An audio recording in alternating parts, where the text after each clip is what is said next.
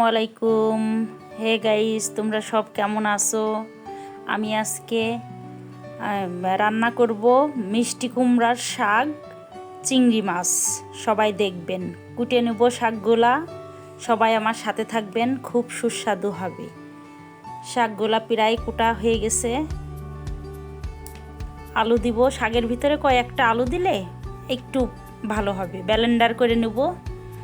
জিরে দিচ্ছি, আদা রসুন কাটা আছে, পেঁয়াজ কাঁচামরিচ ওগুলা দিচ্ছি। এগুলা ব্লেন্ডার করে নেব।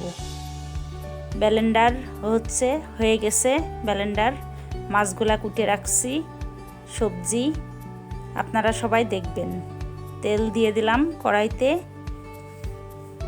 তেলটা একটু গরম হলে মশলা দিয়ে দিলাম। একটু ভালো করে নাড়াচাড়া দিব। পরিমাণ মতন লবণ, পরিমাণ মতন হলুদের গুঁড়া দিয়ে একটু ভালো করে নাড়াচাড়া দিতে হবে। নাড়াচাড়া দেওয়া শেষ। চিংড়ি মাছটা ঢেলে দেব। একটু নাড়াচাড়া দিয়ে একটু কষাইয়ে নিব। তরকারিটা দিয়ে সবজিটা দিয়ে দেব। সবজিটা দিয়ে দিলাম।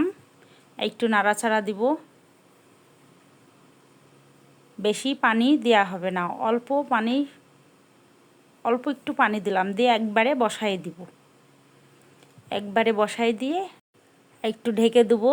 দিয়ে একটু উঠাবো, উঠাই দেখব হয়েছে নাকি। হ্যাঁ, সুন্দর মতন তরকারিটা হয়ে গেছে। এখন এর ওপর দিয়ে জিরে গুঁড়া দিয়ে দেবো, দিয়ে নামায়ে রাখবো। তরকারিটা খুব সুন্দর হয়েছে। আপনারা কে কীভাবে মিষ্টি কুমড়ার শাক কিভাবে খান আমাকে একটু কমেন্টে জানাবেন। তরকারিটা দেখে মনে হচ্ছে খুব সুস্বাদু হয়েছে।